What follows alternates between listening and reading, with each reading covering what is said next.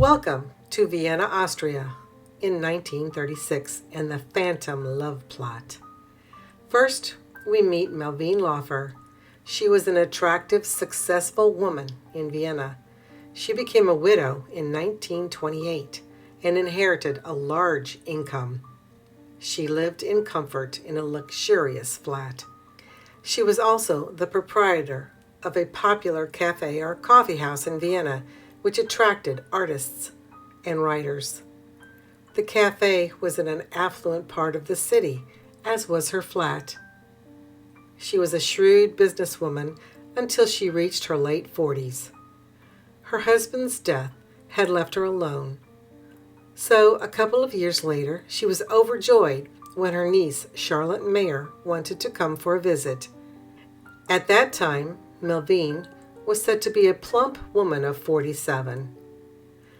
Charlotte came from her home in Budapest. She was an ambitious girl and glad that her aunt was rich. She insinuated herself into her aunt's life to gain her confidence. One evening, Malvine and Charlotte were strolling on the terrace of the cafe. As two women would talk, Malvine noticed an attractive-looking young man getting out of a very smart car. He walked to one of the tables in the cafe and sat down. Malvine pointed him out to her niece and whispered that the man was Otto Stingl, a famous manufacturer of Stingls, or German rolls. Charlotte was surprised that her aunt was interested in the young man. Malvine then explained that she had once indulged in an innocent flirtation with him and that he had kissed her a few times, and after falling in love with him, she learned he was married. Naturally, she then ended the romance. The story interested Charlotte deeply. She saw her aunt as a vain, middle-aged woman. The more Charlotte thought about it, the more she could have a chance to cash in on her aunt's silly infatuation. So one day, she came home in breathless excitement. She told her aunt that she had met Otto Stingl. He had confessed to her that ever since his last meeting with Malvine, he could think of nothing but her. He was madly, passionately in love with Malvine. More than anything, he wanted to marry her, but his jealous wife was in the way. Malvine was flattered that a much younger man was attracted to her. However, Charlotte volunteered to draw Mrs. Stingl's jealousy upon herself, pretending to be the object of Stingl's love. Her aunt was grateful for her help. 2 weeks later, Charlotte came home with tragic news. She claimed that Otto had become demented because of his love for Malvine. His wife suspected that he had been intimate with Charlotte. She was furious and threw him out of their apartment. She took everything, their home, his business, and his money. He had no place to go. Charlotte then began to berate Malvine, saying that she brought on all his troubles because he had fallen deeply in love.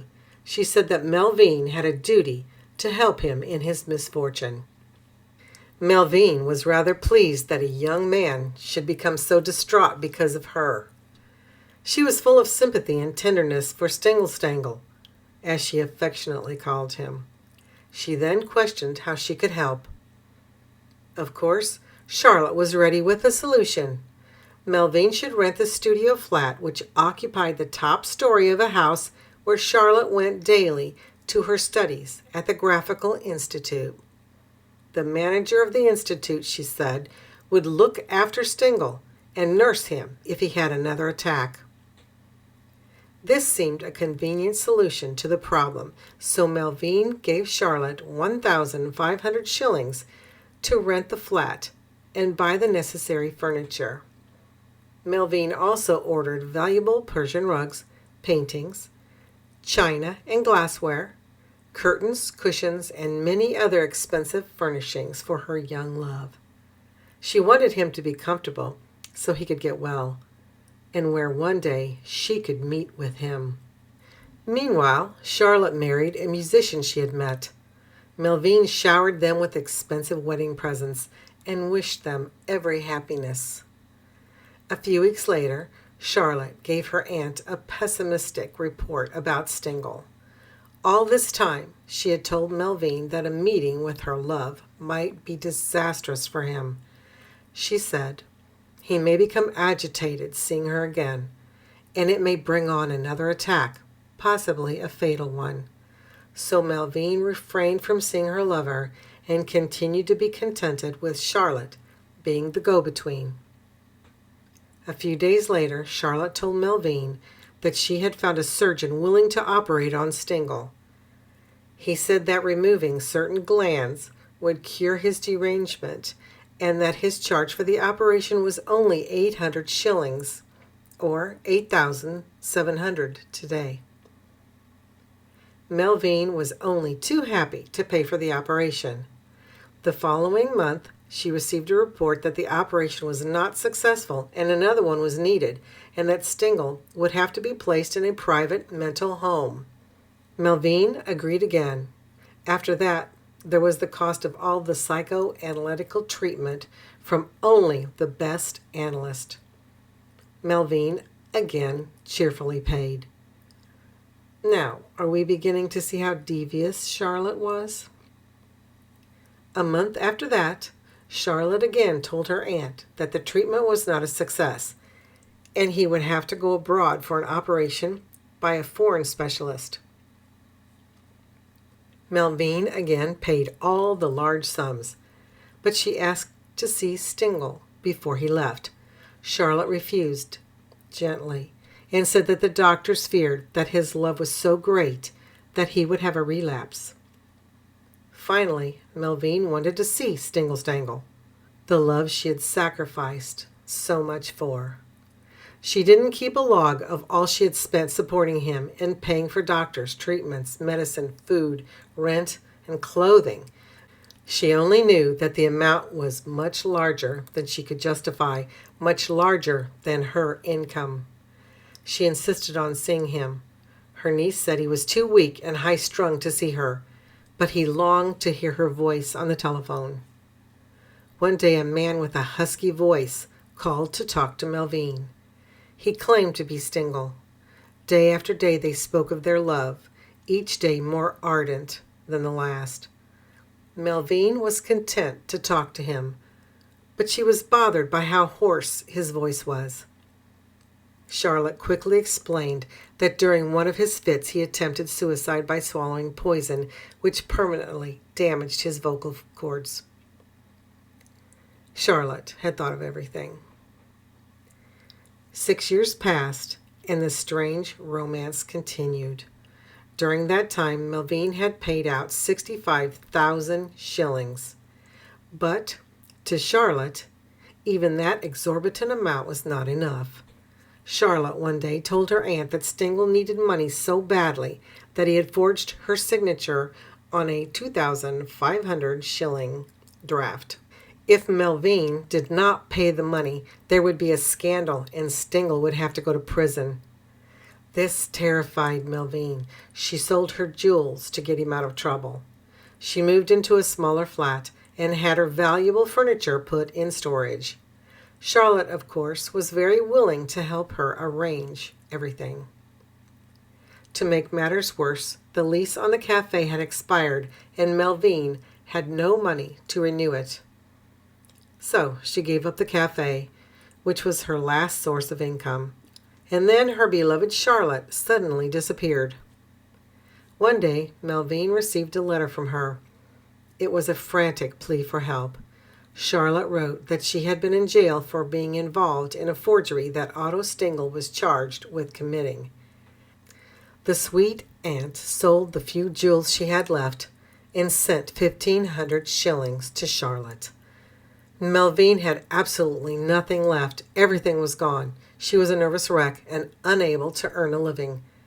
She had but one hope left, the persistent hope that one day she would be united with the man for whom she had sacrificed so much. One day she was strolling along, staring at the ground, when she looked up to see a familiar face. She stared at the man, unbelieving. It could not be Otto Stingl, for this man was in perfect health, calm, and entirely unconcerned with her. She ran up to him and touched his arm. He was not interested in her.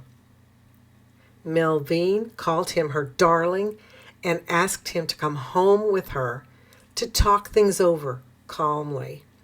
He shrank back and stared at her in amazement. She pleaded with him as though she was out of her mind, and he left her, screaming after him. Malvine was bewildered and sought out Charlotte's husband, Carl, and demanded an explanation. She caught him at a time when he was in a temper, having had money differences with Charlotte, so he told Malvine the whole story.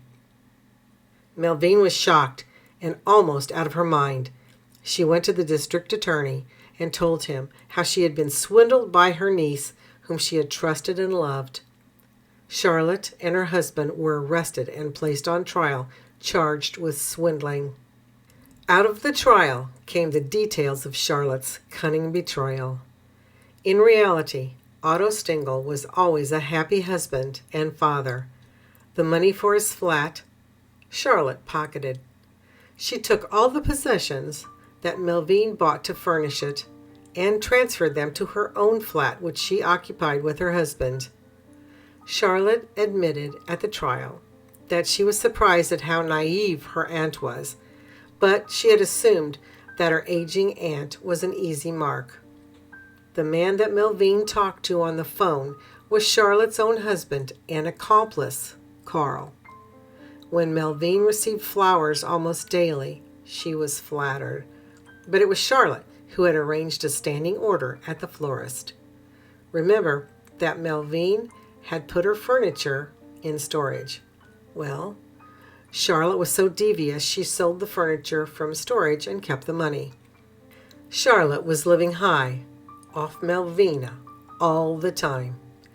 The result of the trial was that Charlotte was given a sentence of 2.5 years in prison, and her husband Carl was sentenced to 6 months in jail. Poor Malvina didn't get much justice for all she had lost. Now a disillusioned, bitter woman, she had no money, no home, and not many friends. The only person who pitied her was her former cloakroom attendant at the cafe. She let her former employer sleep in her own shabby room and gave her a warm meal every day. Malvine Laufer sat in the room, rocking her days away in a chair, staring out the window and dreaming of her lost love. I can't believe Malvine was that gullible to believe her wicked niece for so many years. Charlotte lost her calling. She could have been an actress on the stage. What do you think about Malvine and how gullible she was? And how about how heartless Charlotte was? I hope you enjoyed this story. Subscribe for more. Thanks for listening. Bye.